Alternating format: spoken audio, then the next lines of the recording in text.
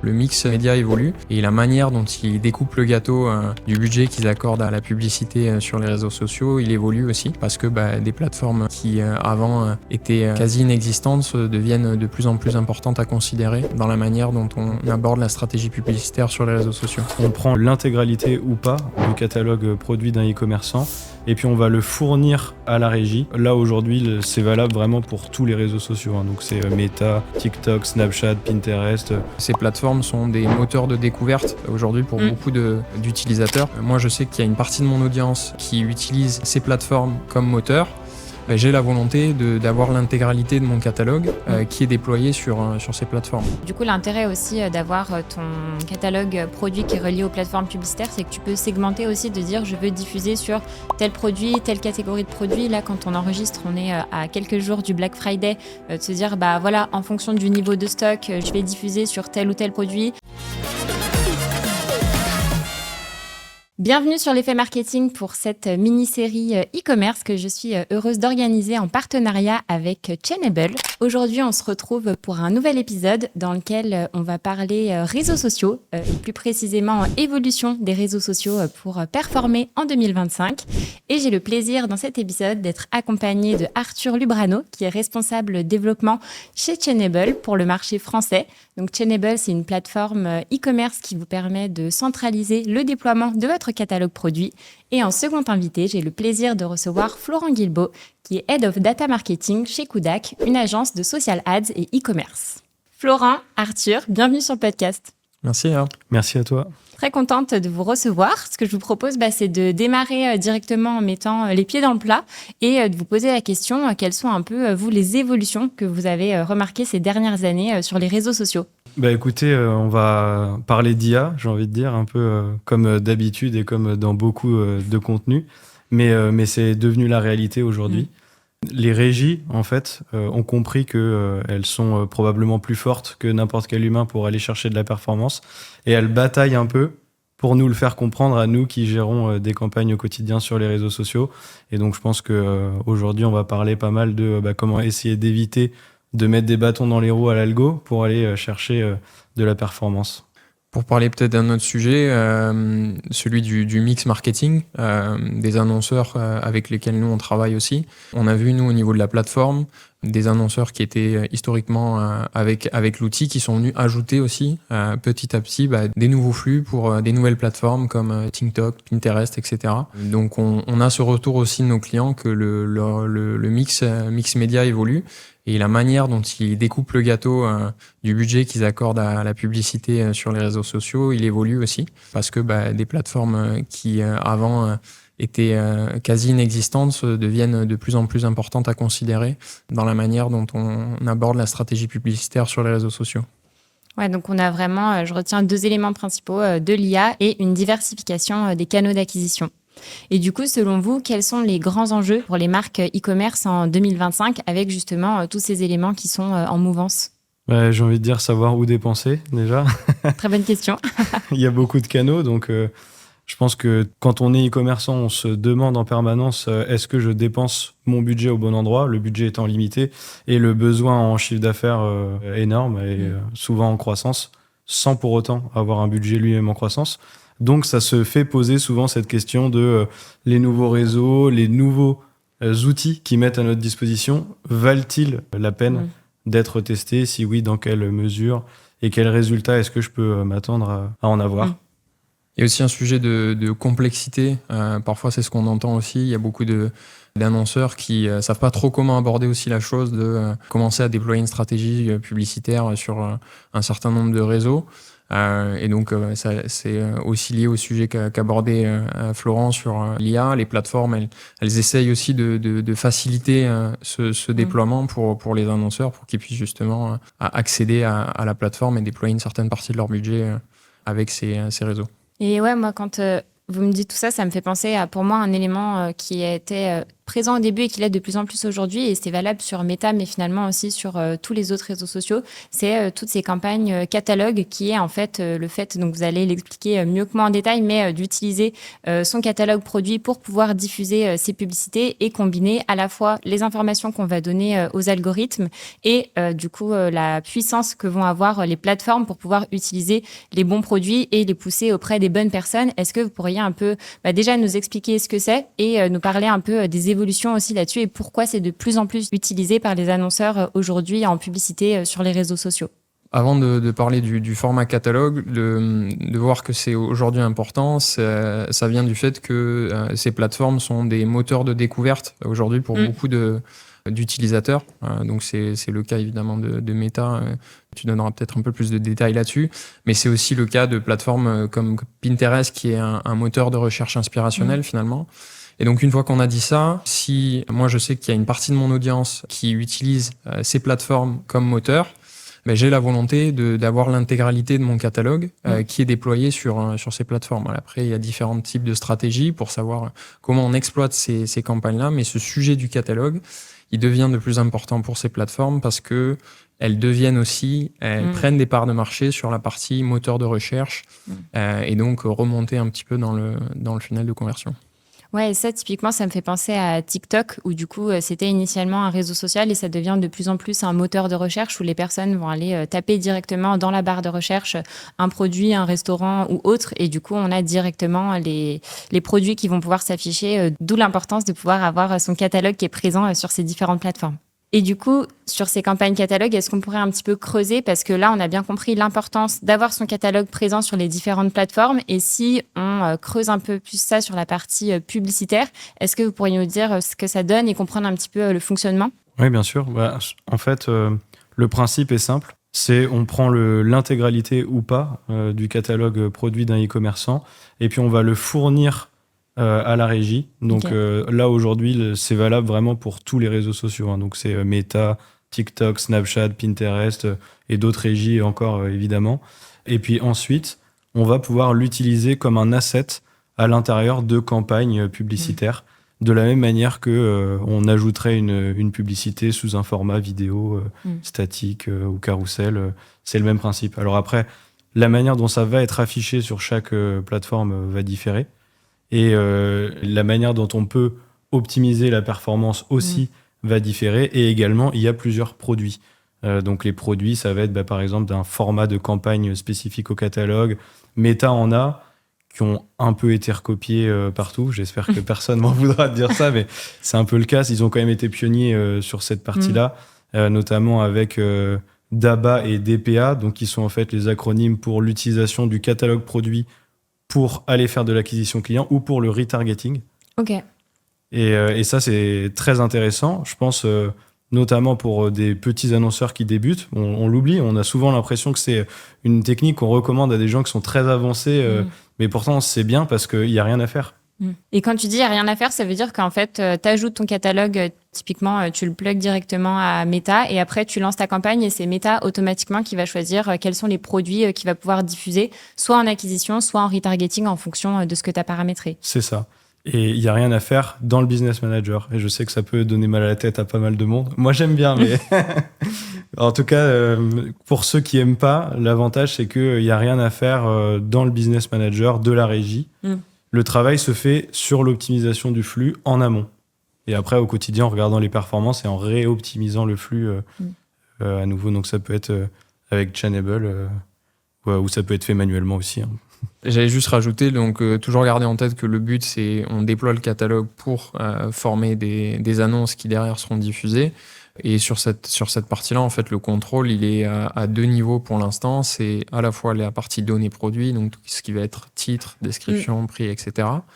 Et l'autre sujet, ça va être quand même les images. Là, il y a aussi un petit différentiel, encore une fois à l'heure où on enregistre, avec des plateformes comme Google par exemple, sur ces formats catalogues, notamment sur les réseaux comme Meta, les annonceurs ont la possibilité de retravailler leurs images pour qu'elles diffèrent par rapport à celles qu'il y a sur le site. Donc pouvoir rajouter des éléments comme des des labels, des prix dans l'image. Et ça, on a pu l'observer, Florent le partagera, mais des performances plus importantes pour des annonceurs qui vont porter une attention particulière à optimiser leur visuel, en plus d'optimiser leurs données pour ces campagnes-là. Ouais, parce que c'est là où du coup le travail dans le business manager se limite, mais il faut le faire du coup en amont sur la partie flux produit. Et justement, on sait que les créas sont super importantes sur Meta. Donc justement, bien travailler ces fiches produits et du coup les images qu'on va pouvoir ajouter dans notre flux produit, qui, si je comprends bien, peuvent être différentes de celles qu'on va avoir sur notre fiche produit en les travaillant directement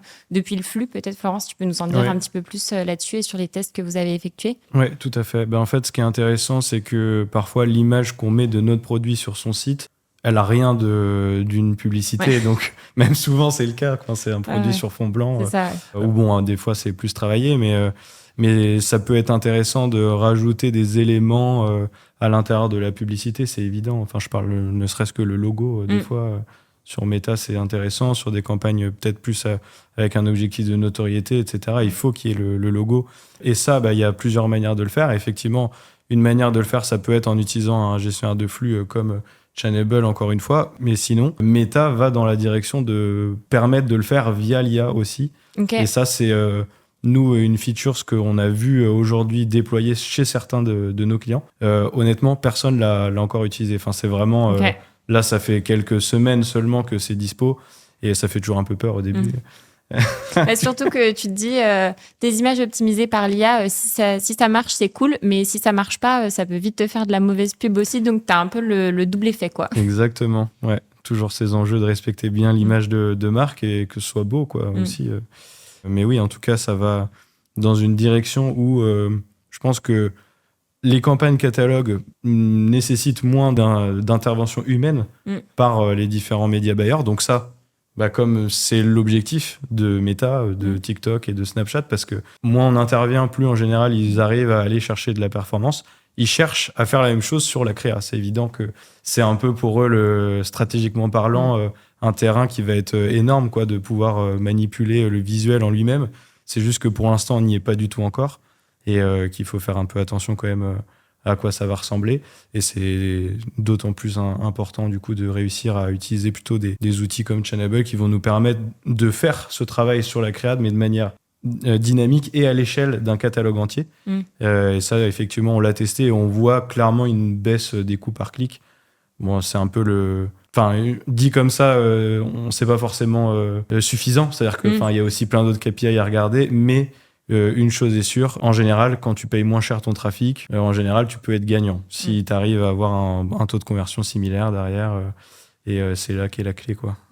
Il faut aussi dire qu'il y a créa et créa, c'est-à-dire qu'il y a toute la partie créative qui va être autour des UGC, des vidéos sur lesquelles il y a un vrai storytelling, un travail qui est long et difficile pour produire des créas.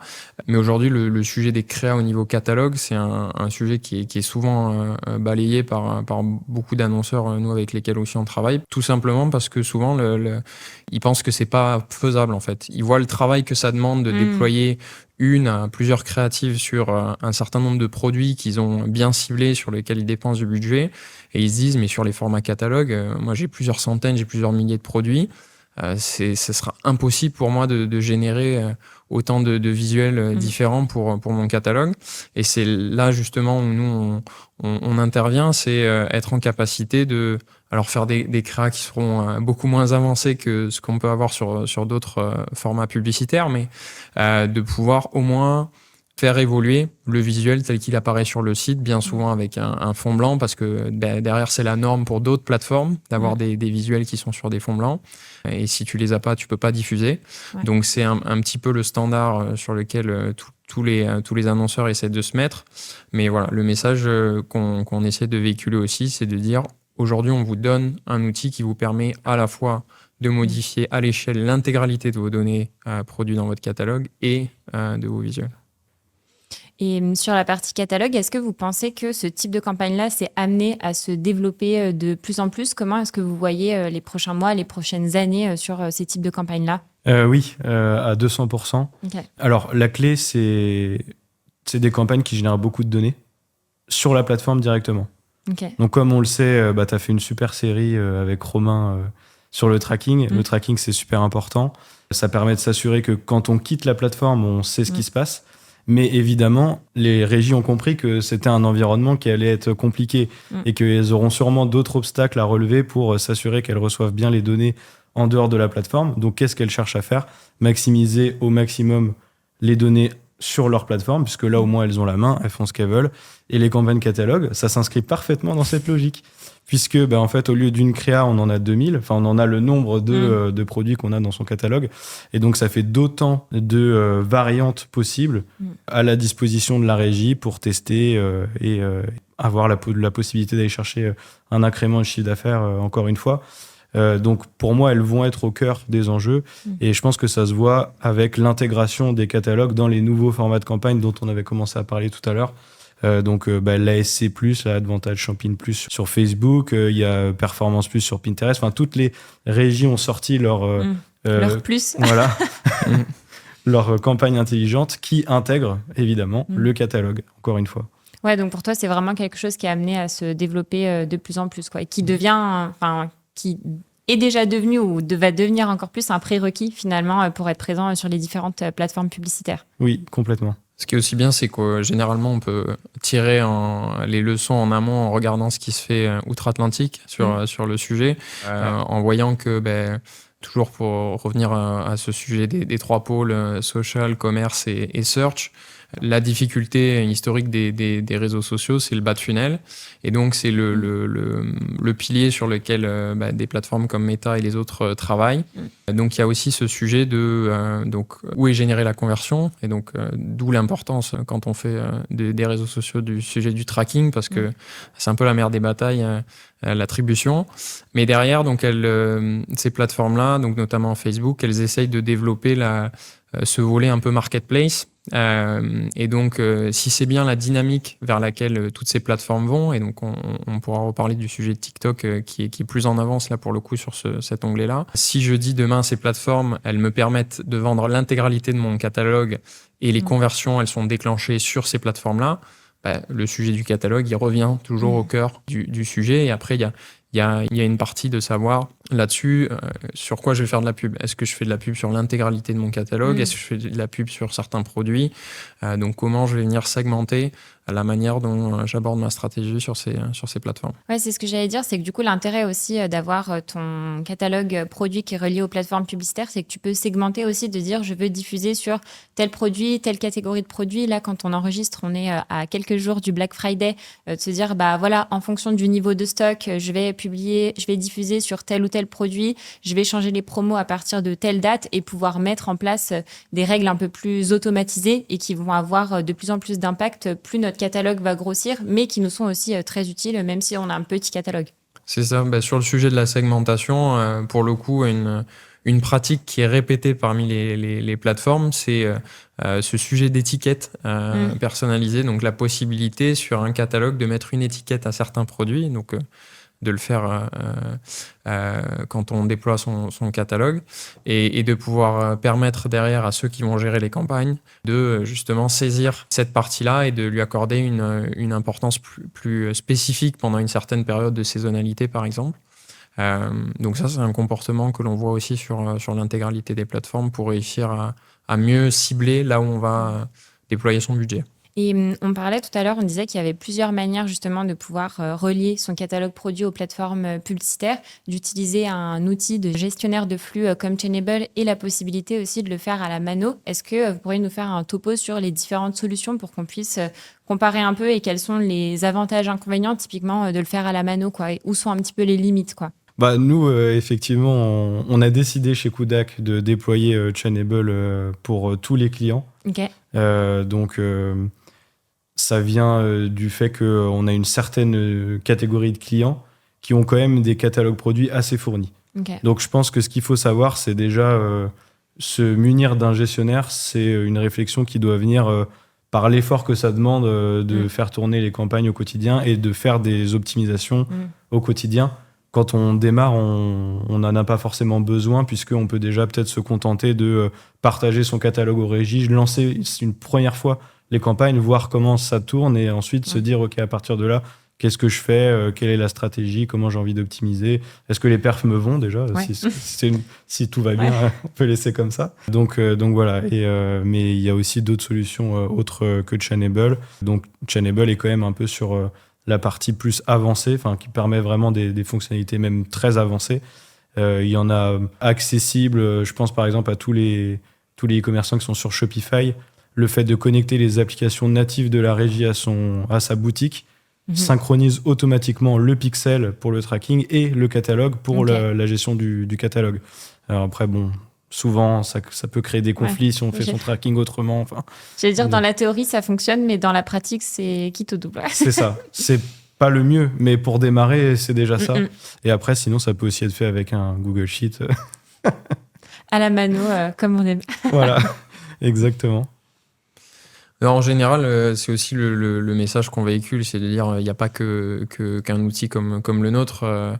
Il faut tester aussi quand on est sur une API Shopify, de pousser le catalogue depuis l'API Content et de voir ce que ça donne. Mais on remonte souvent le sujet du contrôle, en fait. Est-ce que vous souhaitez avoir le contrôle de ce que vous allez diffuser, le contrôle sur la manière dont vos informations vont être diffusées, sur la manière dont vos visuels vont être diffusés? Et ce niveau de contrôle-là, à date, il est difficile à mettre en place avec des API qui font la connexion directe, puisque derrière, c'est directement poussé du site vers la plateforme et il n'y a pas en fait d'intermédiaire. Donc là-dessus, c'est un peu le message qu'on essaie de partager. Ouais, parce que l'avantage de l'intermédiaire, c'est que du coup, entre les données de ton site qui sont envoyées aux plateformes publicitaires, tu peux avoir du contrôle sur le fait d'enrichir tes données, améliorer, on disait, tes titres, tes descriptions, tes images. Et du coup, ce qui va être renvoyé aux plateformes publicitaires sera bien plus optimisé. Et du coup, derrière, tes performances publicitaires sont censées suivre, quoi. Yes, c'est ça. Et en fait, en général, ce qu'on dit aussi, c'est que les leviers de contrôle, ils évoluent par rapport au message que donnait Florent tout à l'heure, de dire... notamment avec ces nouveaux formats de campagne, le but à long terme, c'est que les annonceurs ils mettent à disposition leur data, leur créa, et après, c'est la plateforme qui s'en occupe. Malgré tout, il y aura toujours ce sujet de comment on envoie la data. Donc, ça peut être la data de performance, mais ça peut aussi être la donnée produit. Est-ce que moi, en tant qu'annonceur, je veux avoir le contrôle de la manière dont je vais véhiculer mon offre sur ces plateformes? Et voilà, et on rencontre les deux situations. Parfois, ça répond pas aux exigences ou aux besoins à l'instant T d'un annonceur, mais on sait aussi être patient. Et notre retour d'expérience, c'est que plus un annonceur aussi devient mature et diversifie ses canaux, en général, il a tendance à revenir toquer à notre porte au bout d'un certain temps. Et du coup, donc là, on voit bien avec ces campagnes catalogues que c'est super important de travailler ces données produits. Et c'est vraiment ce qui va nous permettre d'être performants sur les plateformes publicitaires et que justement, ces plateformes Meta, TikTok, Pinterest et autres cherchent à contrôler finalement l'ensemble du funnel, du moment où la personne va scroller sur les réseaux sociaux jusqu'au moment où elle va acheter, et elles font en sorte de faciliter ça de plus en plus. Et moi, ça m'intéresse du coup, Florent, d'avoir toi ton retour d'expérience, savoir aujourd'hui chez vos clients, comment est-ce que ça se passe en termes de répartition de budget marketing sur les différentes plateformes? Du coup, les nouveaux réseaux restent anecdotiques, malgré évidemment le fait qu'ils ont bonne presse et qu'on en parle de plus en plus, puisqu'on va être toujours sur au moins 40% du budget sur Meta, 40% du budget sur Google, et après le reste va être réparti soit uniquement sur TikTok. On a quand même pas mal ce dispositif-là. Okay. En général, quand il y a juste 3 réseaux, c'est TikTok qui récupère les 10% du budget restant. Et après, on a quand même aussi Pinterest et même Snapchat. Nous, on a pas mal de clients qui arrivent à générer des ventes sur Snapchat. Donc voilà. Mais clairement, c'est à distinguer des clients qui sont matures et en croissance, où on a vraiment tendance à dépenser beaucoup et de plus en plus de gros budgets sur ces réseaux sociaux-là, ce qui est neuf. Je veux dire, c'était pas le cas en 2022, c'était à peine le cas en 2023. Là, aujourd'hui, par contre, on arrive à avoir des clients qui dépensent plusieurs dizaines de milliers d'euros sur du TikTok tous les mois. Moi, j'avais pas vu ça avant, donc c'est c'est plus juste on en parle, c'est une réalité aujourd'hui. Il y a des gens qui arrivent vraiment à générer beaucoup de chiffre d'affaires. Donc on peut très bien imaginer que bientôt ça va être le cas pour tout le monde. Parce que souvent, quand les gros arrivent à faire quelque chose, il faut peu de mois pour que ce soit aussi le cas pour des plus petits annonceurs. Et sur les TikTok, on en est qu'aux prémices finalement, parce que si on regarde aussi ce que fait TikTok sur les autres marchés, pour l'instant sur un marché comme la France, c'est donc la publicité. Mais TikTok, c'est aussi une marketplace, notamment sur d'autres marchés en Europe. Donc il y a le UK qui a ouvert le bal. Et récemment, ils communiquaient sur le fait qu'il y a aujourd'hui plus de 200 000 vendeurs sur TikTok Marketplace au UK, ce qui est un chiffre colossal par rapport à d'autres plateformes. Donc demain, on peut s'attendre à ce qu'un certain nombre d'annonceurs qui peut-être dans un premier temps ne déploient pas de budget publicitaire sur TikTok, mais vont se déployer sur cette partie marketplace dès qu'elle arrivera sur la partie française. Et puis derrière, il y aura ce sujet du retail média, comment je deviens visible sur une plateforme sur laquelle il y a beaucoup d'annonceurs. Et donc, on en reviendra à l'importance du sujet publicitaire. Et donc, peut-être que cette part des budgets pub de TikTok va petit à petit remonter. Et ouais, donc tu as vraiment ce sujet de comment je m'adapte aux nouvelles règles du jeu des plateformes publicitaires, notamment du coup en ayant un catalogue produit bien fourni, et comment aussi j'accorde de l'importance aux nouveaux entrants qui prennent de plus en plus de place, parce que comme vous le disiez, TikTok, il y a quelques années, c'était tout petit, et quand on voit la place que ça prend aujourd'hui par rapport à des mastodontes qui sont là depuis des années, je me dis que ça peut être que prometteur, et plus on prendra le virage tôt sur ces éléments-là, plus on assure nos performances futures sur ces plateformes. Et pour terminer, est-ce que vous auriez 2 ou 3 conseils à donner à nos auditeurs qui veulent performer en social ads en 2025 ? Pour revenir au sujet de l'épisode et ce dont on a beaucoup parlé sur ces plateformes-là, donc le sujet des catalogues, moi je sais que le retour qu'on peut avoir, c'est que ça fait peur à certains annonceurs. Mais du coup, c'est un peu le message que véhiculait Florent, de se dire que c'est plus simple que ce qui n'y paraît que de déployer des campagnes catalogues sur ces plateformes-là. C'est un peu la mouvance et le catalyseur en fait de ces plateformes, et ça risque de continuer. Et puis derrière, de rester dans une approche de test finalement. Nous, c'est ce qu'on voit aussi, c'est des annonceurs qui pendant un certain temps ont leur catalogue qui est diffusé sur un certain nombre de plateformes, et puis pendant une certaine période, ils le mettent en pause, et puis ils font passer une certaine portion de leur catalogue, pas toute, etc. Donc il y a aussi cette logique à avoir sûrement, et pareil, là je te laisse me confirmer puisque c'est ton expertise, pas la mienne, mais cet état d'esprit où il faut potentiellement tester pour voir ce qui marche pas, et être un peu précurseur, notamment sur ces nouveaux leviers que pas tous les annonceurs ont encore adopté dans leur mix marketing. Ouais, et moi, il y a un truc qui m'a interpellé dans ce que tu as dit, c'est le fait d'avoir peur. Je pense qu'on est dans cette situation sur plein de sujets. Il y a le catalogue, ouais, ça fait peur. L'IA aussi, ça fait peur. Moi, je trouve que c'est intéressant de peut-être donner comme message que nous, on voit passer beaucoup de monde. Et que le fait qu'il y ait de plus en plus d'IA, oui, ça fait peur au début, mais en fait, c'est un énorme soulagement. Enfin, je veux dire, en fait, ça vous donne du temps pour travailler sur ce qui compte vraiment. On s'est éloigné, pour moi, pendant des années de le vrai travail du marketing, quoi, qui est de, OK, est-ce que mon produit, il plaît toujours à mes clients ? C'est quoi mes commentaires ? Qu'est-ce qu'ils en disent ? Comment je le développe ? Comment je développe mes axes de vente sur mon produit ? C'est quoi mes offres ? C'est quoi mon calendrier, mon budget ?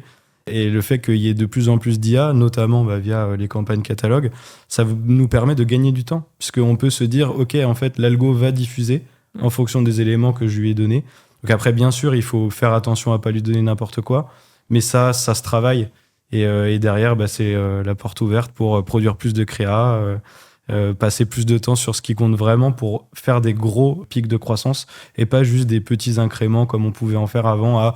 J'ai cliqué sur un bouton et j'espère avoir plus 0,05% de croissance, ce qui sert à rien en fait. Enfin, c'est pas comme ça qu'on fait des fois 10, des fois 20. On le fait en faisant du vrai travail de marketing. Et moi, je trouve que c'est positif, du coup, tout ça. Trop cool. Et comme vous avez cet esprit aussi un peu novateur, vous à l'agence, qu'est-ce que tu recommanderais de lancer, de tester sur ces formats de campagne ? Est-ce que ça, c'est une pratique que vous faites avec vos clients ? Comment vous l'abordez ? Ouais, en tout cas, sur les catalogues, Je t'avoue, aujourd'hui, c'est plus un test. Enfin, pour ceux qui en font pas, testez-le, mais c'est vrai que le test, il est concluant dans, dans 100% des cas, quasiment. Après, il y a peut-être des différences sur les formats de catalogue. Là, ça peut être intéressant. Donc, s'il y a des gens qui nous écoutent, qui nous regardent et qui, aujourd'hui, ont fait que un des formats du catalogue, sachez qu'en fait, il y en a des dizaines. Vous pouvez changer... déjà, vous pouvez segmenter votre catalogue produit, mais après, il y a aussi des produits différents sur le catalogue que vous pouvez utiliser sur chacune des régies. Je parlais tout à l'heure d'ABA, d'EPA.